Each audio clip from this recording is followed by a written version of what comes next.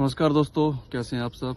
दोस्तों, आपका फिर स्वागत है कहानियों की सीरीज में। आज की कहानी आपको बहुत ही शिक्षापूर्ण और प्रेरक गुणों का समावेश करने वाली है। दोस्तों, एक बुजुर्ग व्यक्ति होता है और एक पहाड़ की चढ़ाई कर रहा होता है। उसके पास 3 गठरियां होती हैं। 3 गठरियों में उसके कुछ कीमती सामान होते हैं। और जब वो पहाड़ की चढ़ाई कर रहा होता है तो उसको एक नौजवान व्यक्ति दिखाई देता है। तो वो उसको आवाज लगाता है और बोलता है, बेटा मेरे पास ये 3 गठरियां हैं। अगर आप इनमें से एक गठरी ले लोगे तो इसमें से रखी हुई 5 तांबे की मुद्राएं मैं आपको दूंगा, जिससे मेरा थोड़ा सा वजन कम हो जाएगा और मुझे पहाड़ चढ़ने में आसानी होगी। वो नौजवान व्यक्ति उसके ऑफर को शहर से स्वीकार कर लेता है और उसके बताए हुए गंतव्य पे वो गठरी लेकर चलने लगता है। पीछे पीछे बुजुर्ग व्यक्ति भी धीमे धीमे उस गंतव्य पे चलने लगता है। उसके बाद जब वह गंतव्य पर पहुंच जाता है तो फिर बुजुर्ग व्यक्ति उसको दोबारा मिलता है और कहता है कि बेटा वजन कुछ ज्यादा है, मेरे से ये हो नहीं पा रहा है। आप ये दूसरी गठरी भी ले लोगे तो इसमें रखी हुई 5 चांदी की मुद्रा मैं आपको इसके लिए दूंगा। और उसको एक निश्चित गंतव्य बता देता है, एक निश्चित स्थान बता देता है।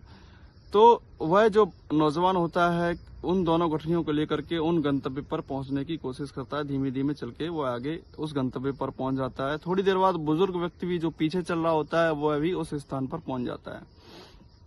उसके बाद वह बुजुर्ग व्यक्ति कहता है कि बेटा मेरी एज कुछ ज्यादा ही हो गई है और मुझसे वजन उठाया नहीं जा रहा है। क्या आप ये तीसरी गठरी भी आप लेकर के जा सकते हो उस निश्चित स्थान पे, पहाड़ की चोटी पे। मैं आपको इसमें रखी हुई 5 सोने की मुद्राएं दूंगा इसके लिए।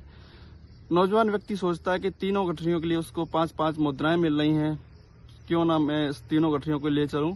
उसके मन में लालच आ जाता है और वो तीनों गठरियों को लेकर के उस गंतव्य पर चलने लगता है। पीछे पीछे बुजुर्ग व्यक्ति भी धीमे धीमे चल रहा होता है। निश्चित गंतव्य पर पहुंचने के बाद उस नौजवान व्यक्ति के मन में लालच आ जाता है और वह सोचता है कि क्यों ना इन तीनों गठरियों को लेकर के मैं भाग चलूं।